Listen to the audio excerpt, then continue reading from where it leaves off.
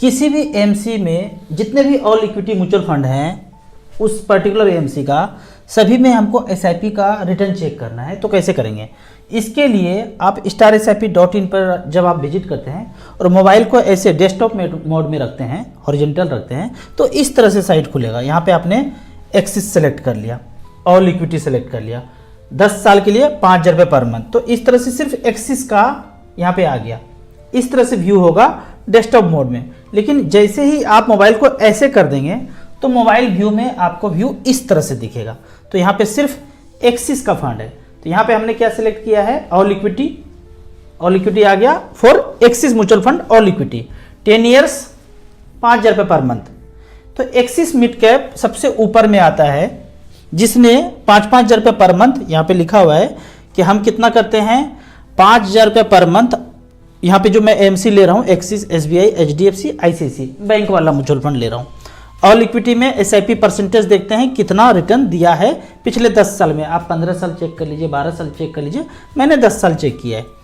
यहाँ पे 5,000 रुपये पर मंथ 10 साल के लिए, तो जमा कितना होगा? 6 लाख रुपया जमा हुआ। 60,000 साल का, तो 10 साल में 6 लाख जमा हो गया। अब 6 लाख का वैल्यू अलग अलग एएमसी में, उसी के इक्विटी फंड में अलग अलग एएमसी में क्या रिटर्न दे रहा है, इसको चेक करते हैं।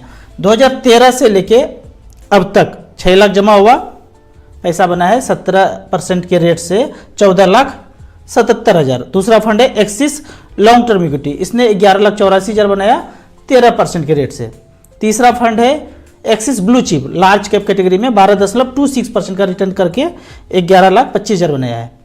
लास्ट का फंड है 11,14,000 बनाया है 12% के रेट से, एक्सिस फोकस्ड 25 फंड। अब दूसरे एएमसी में चलते हैं, SBI में देखते हैं। SBI में वही सेम सिलेक्शन क्या है, लास्ट 10 ईयर्स 5,000 रुपये पर मंथ। SBI का सारा इक्विटी फंड देखते हैं। पहले नंबर पे आता है SBI स्मॉल कैप, 2013 से अब तक 5,000 रुपये जमा किया तो 6 लाख जमा हो गया और वैल्यू बना है 19,13,000, 22% का रिटर्न दिया है। क्या फ्यूचर में भी ऐसा रिटर्न देगा? कोई नहीं जानता है। हमारा बच्चा पहला वाला बैंक PO बन गए, दूसरा भी बनेगा? कोई नहीं जानता है। हमारे समाज में, टोला में IAS अफसर, IPS अफसर, इंजीनियरिंग सब कंप्लीट किया है। आने वाले जनरेशन करेंगे? कोई नहीं जानता है, कुछ गारंटी नहीं है। ये पीछे क्या हुआ है ये बता रहा हूँ। SBI स्मॉल कैप हो गया, SBI मैग्नम मिड कैप 2013 से लेके अब तक मिड कैप में जमा तो 6 लाख ही हुआ, 15,26,000, 18% का रिटर्न। 17% का रिटर्न किसने दिया है पिछले 10 साल में? SBI टेक्नोलॉजी ने। SBI कॉन्ट्रा ने 17% का रिटर्न, 16% का रिटर्न। सबसे कम वाला रिटर्न देखते हैं। सबसे कम का अगर रिटर्न देखते हैं तो ये फंड का नाम आता है 9.79% का SBI PSU फंड। AUM देखेंगे 542 करोड़। नहीं जाना है, मैं बोलता हूँ 3,000, 4,000, 5,000 करोड़ है तब जाना है। इसमें देखेंगे 1700 crore. SBI health care return 12%। आगे बढ़ते हैं, SBI magnum equity ESG fund 12.9% का रिटर्न, AUM 4,767 करोड़। इसी तरह से करके AUM वाइज आप चेक कर सकते हैं। आगे बढ़ते हैं, HDFC के AMC में देखते हैं। ऑल इक्विटी यहाँ पे है, HDFC स्मॉल कैप 6 लाख जमा हुआ। पहला फंड है स्मॉल कैप ने 16,52,000 बनाया, 5,000 का SIP पिछले 10 साल में, 19% का रिटर्न। HDFC मिड कैप 18% का return, HDFC flexi cap 15.56, HDFC focus 30 14.37। Last में सबसे खराब वाला देख लेते हैं, HDFC इंफ्रा 658 करोड़, रिटर्न 11%। तो HDFC टैक्स सेवर 80C के लिए 10,000 करोड़ का EM है, 13.04% का रिटर्न 2013 से लेके अब तक ये है। अब ICICI का बात करते हैं। ICICI में देख लेते हैं ऑल इक्विटी। कभी मन में होता होगा ना कि एक ही AMC का सारा हम कंपेयर करना चाहते हैं, एक ही सीट पे, एक ही मोबाइल स्क्रीन पे। तो पहला फंड आता है ICICI प्रोडेंशियल टेक्नोलॉजी। SIP किया 5,000 रुपये पर मंथ, 6 लाख जमा हुआ, 10,000 करोड़ AUM में, इसमें 15,71,000 बना 18% के रेट से। 17% के रेट से 17% के रेट से दो फंड है, ICICI Prudential small cap, ICICI Pru infra, ICICI value discovery. बहुत पुराना फंड, 6 लाख रुपया यहाँ SIP के थ्रू गया, 13,86,000, 16.21% का return, 15.56 ICICI Prudential mid cap इसमें गया है। सबसे लास्ट वाला देखते हैं, सबसे लास्ट वाला कितना रिटर्न दिया है। ICICI Prudential long term equity 6 lakh जमा हुआ 5,000 की दर से, पैसा बना है 12 लाख, 13.53%, मतलब बैंक से लगभग डबल रिटर्न मिल गया है। अगर यहाँ पे भी 80C में टैक्स वाले फंड में इन्वेस्ट किया है, SIP किया है, तो इस तरह से करके आप देख सकते हैं कि अलग अलग AMC में कितना रिटर्न दिया है। दूसरा क्वेश्चन था हमारा इसी वीडियो में कि म्यूचुअल फंड, और आप कभी गारंटी क्यों नहीं देते हैं म्यूचुअल फंड में कि 12% मिल जाए, 13% मिल जाए, जैसे बैंक देते हैं वैसे गारंटी दे सकते हैं। जब इतना अच्छा प्रोडक्ट है, 15%, 20% ऐसा रिटर्न दे रहा है, तो रिटर्न दे सकते हैं, हम गारंटी भी दे सकते हैं 12%, 13% का नहीं, 12% का, 11% का दे दीजिए, 10% का दे दीजिए, तो गारंटी नहीं दे सकते हैं। इसके लिए यहाँ पे एक चीज़ फैक्टर जानिए, जिसका भी प्राइस डेली अप डाउन होता है उसमें गारंटी नहीं दे सकता है। जैसे सोना है, रोज ऊपर नीचे हो रहा है, कौन दे सकता है गारंटी कि आपको सोना आने वाले 4 साल 5 साल में 10% का रिटर्न देगा ही देगा। उसी तरह सोना है, चांदी है, सब्जी का रोज ऊपर नीचे रहा है, कौन बोलेगा आलू प्याज आपको 30 रुपये किलो ही मिलेगा? 60 रुपया, 70 रुपया, 100 रुपया भी हुआ है, इतिहास में देखे होंगे। कार का दाम, फ्लैट का दाम एज पर इन्फ्लेशन ऊपर नीचे होता है, तो कोई गारंटी नहीं दे सकता है। जहां भी प्राइस ऊपर नीचे होता है, हलचल होता है, वहां गारंटी नहीं मिल सकता है। और दूसरा फैक्टर यह है कि मान लो आपको AMC गारंटी दे ही देता है, 12% के रेट से आपको पैसे देंगे, 20 साल रिमेन इन्वेस्टेड रहिए, तो सेबी को यह पता है कि ऐसा गारंटी अगर हम अलाउ कर दें तो इन्वेस्टर को नुकसान ही नुकसान होगा।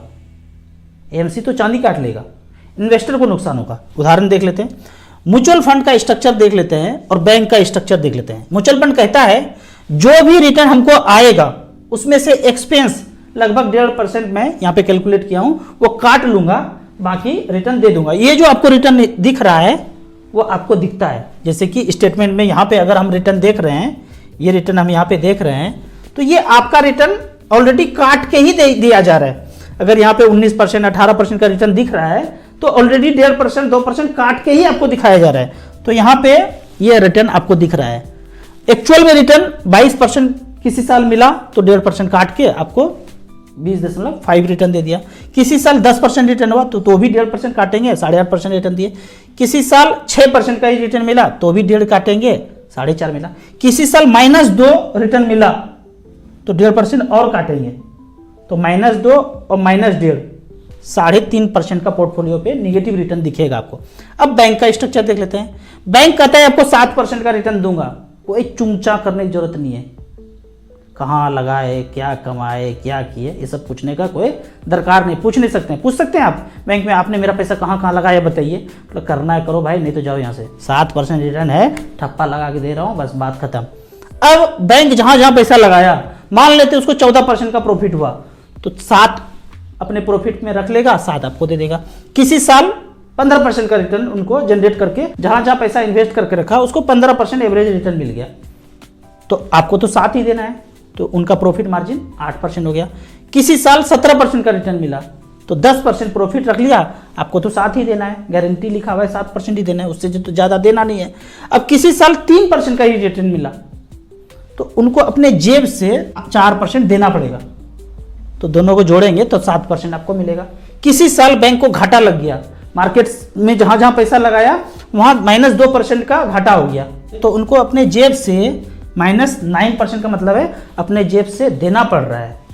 पहले से बचा बचा के प्रॉफिट रखे हैं तो -9% देना पड़ रहा है, तब दोनों को जोड़ेंगे तो 7% का रिटर्न आपको मिल गया। अब कहानी कुछ और है कि क्या इन दोनों में क्या अच्छा है, तो कंपेयर करके देखते हैं। एक लेते हैं बात सेंसेक्स का, 100 से शुरू हुआ था, चलते चलते चलते आज 63,000 पे आ गया। तो यहां देखते हैं फार्मूला में कि 100 रुपया से शुरू हुआ था, वन टाइम में गए यहाँ पे लमसम में, यहाँ पे हमने लिखा है लमसम 100 रुपया।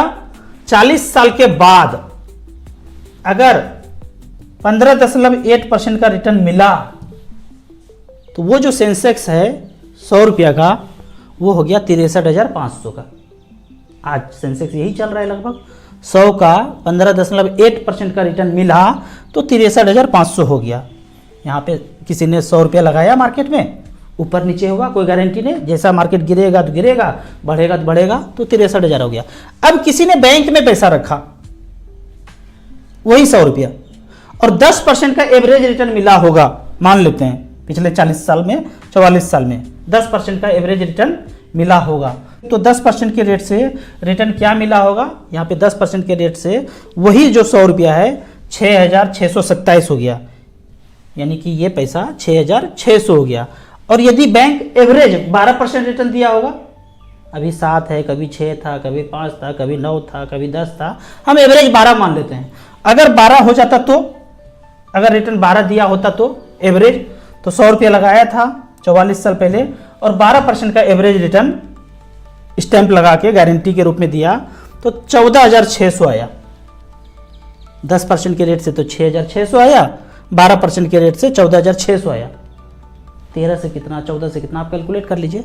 लेकिन जिसने गारंटी नहीं लिया उसको 63,000 रुपया मिला है।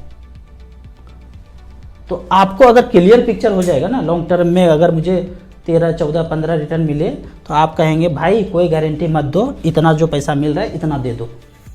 कोई बोलने वाला नहीं है, आपको खुद कैलकुलेट करना है। तो गारंटी वर्ड, लॉन्ग टर्म में गारंटी वर्ड नुकसान का कारण बन सकता है। इसीलिए मार्केट में लंबे समय के लिए इन्वेस्टेड रहते हैं तो फाइनेंशियल फ्रीडम मिल जाता है। लेकिन आप सेफर प्रोडक्ट में लगाएंगे तो इतना ही पैसा होगा जिसमें आप जीवन यापन भी करना दुश्वार होगा। वहाँ इन्वेस्ट करते हैं तो खर्चा करने के बाद भी थोड़ा सा पैसा बच जाता है। इसीलिए मैंने कभी नहीं कहा वीडियो में कि आपको म्यूचुअल फंड में गारंटी मिलेगा 10%, 12%, 13%, 15% मिलेगा। पीछे का इतिहास है, एक्सपेक्ट कर सकते हैं कि इस तरह से 12, 13, 14 मिल सकता है। गारंटी नहीं बोल सकते हैं, अब क्लेम नहीं कर सकते हैं। आपने बोला था, म्यूचुअल फंड ने बोला था, बड़े कहीं नहीं सुनेंगे कि म्यूचुअल फंड में आपको गारंटी बोलेंगे। गारंटी जाना है तो वही safest fund, bank, post office, FD वही करना है। तो यहाँ पे म्यूचुअल फंड में आप एक्सपेक्ट कर सकते हैं 12 से 15 से ऊपर मिल सकता है। 12 से नीचे मिला तो आप किसी को बोल नहीं सकते हैं कि आपने बोला था 12% मिलेगा। अगर कोई ऐसा बोलता है तो कि गारंटी, तो फ्रॉड कर रहे हैं। ये नहीं बोलना है, क्योंकि जो मार्केट में रोज हलचल हो रहा है ना उसमें कोई गारंटी दे ही नहीं सकता है। अब